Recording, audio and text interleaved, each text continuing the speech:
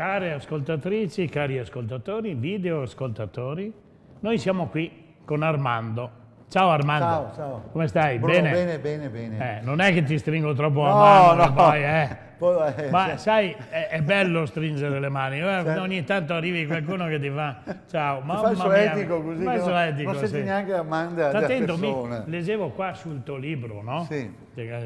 Il Veneto che ti fa gola. Che ti fa gola, no? Però qua alla fine leggevo De Armando Zanotto. Noi altri conosciamo poco, diciamo poco, andate a comprare questo libro che è un straordinario ricettario. Ci sono 600 poesie di cucina. Conserva proprio le vere tradizioni della cucina trevigiana, ragazzi, ragazze. E questo è diciamo, una cosa che ovviamente dopo Zasse fa fatica a trovare la cucina vera tradizionale su certi locali. Quindi questa manco va a imparare altri e la pratica a casa. Bruno, certo. Cosa dici? Ma senti qua cosa chi dice? Non pensavo però, Diploma alle Olimpiadi Roma 60. È ritornato? Sì, mi te venivo brioso. Bene. Primo premio Città del Messico del 70. Sì, che ha fatto i campionati mondiali del calcio. Cuoco d'oro d'Italia 1970. Certo. Premio La Sirenetta a Copenaghen nel 72. Diploma Olimpiadi di Monaco 72. Mondiali di calcio Stoccarda 74. Esatto. Leone d'oro di San Marco nel 76. Ma tu hai vinto un sacco di premi. Ah sì, non so, zero baciata da fortuna, forse non so, o dalle mie capacità. Te era bravo. Allora, visto che ti sei bravo, sai che stasera che sei, oggi è a Befana? Stasera che c'è il Panevin? Giusto, il Panevin, bisogna andare a chiamare il Panevin stasera, bisogna che vi organizzei. E cosa sei che te ne proponi? Beh, una ricetta piccola di pinza, però, mie care signore e signori che siete qua a ascoltare, vi ricordo la tradizione una volta che bisogna rispettare queste tradizioni che ve lo dico sempre, quindi una volta era tradizione proprio di andare a chiamare il Panevin nei famiglie. Sì. No? Quindi era la borgata che fa il Panevin e lei si metteva d'accordo.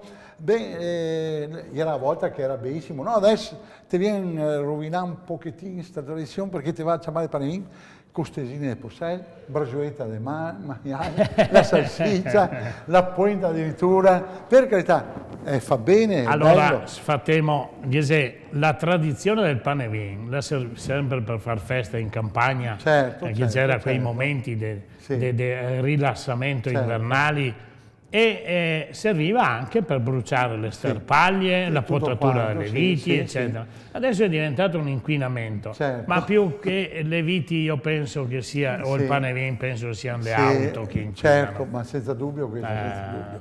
Quindi questa tradizione portava che tutte le famiglie avevano l'obbligo di portare un tocco di pinza, quindi così era il Panevin. Se c'era il Panevin era una decina di pinze fatte in una maniera diversa dall'altra e là si degustava queste pinze e si aveva il piacere di sentire quella che era più buona.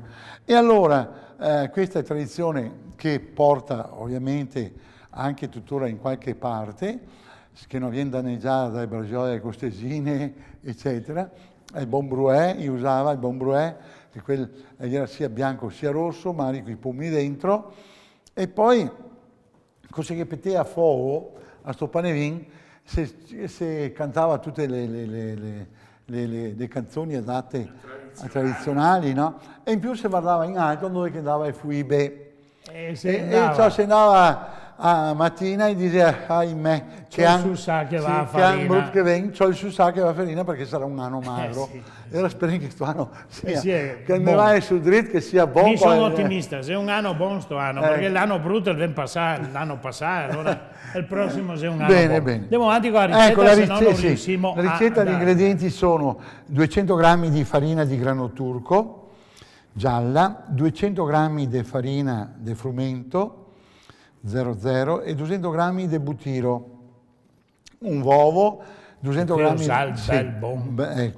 e 200 g di zucchero, 300 g di uvetta, 200 grammi di figli secchi e diciamo, 2 bicchieri di latte, semi di fenocchio, qua si è un po' generosi, no massa, perché dopo si sente massa e fenocchio dentro, sì, con descrizione dove mettere questo fenocchio. Un bicchierino di graspa buona e una bustina di lievito, la buccia di una naranza, il sugo della naranza, c'è una naranza, sì, praticamente. Esatto, e si fa sia il sugo, sì, sia la buccia che si grattugia. E un pizzico di sale e una giostra di vino.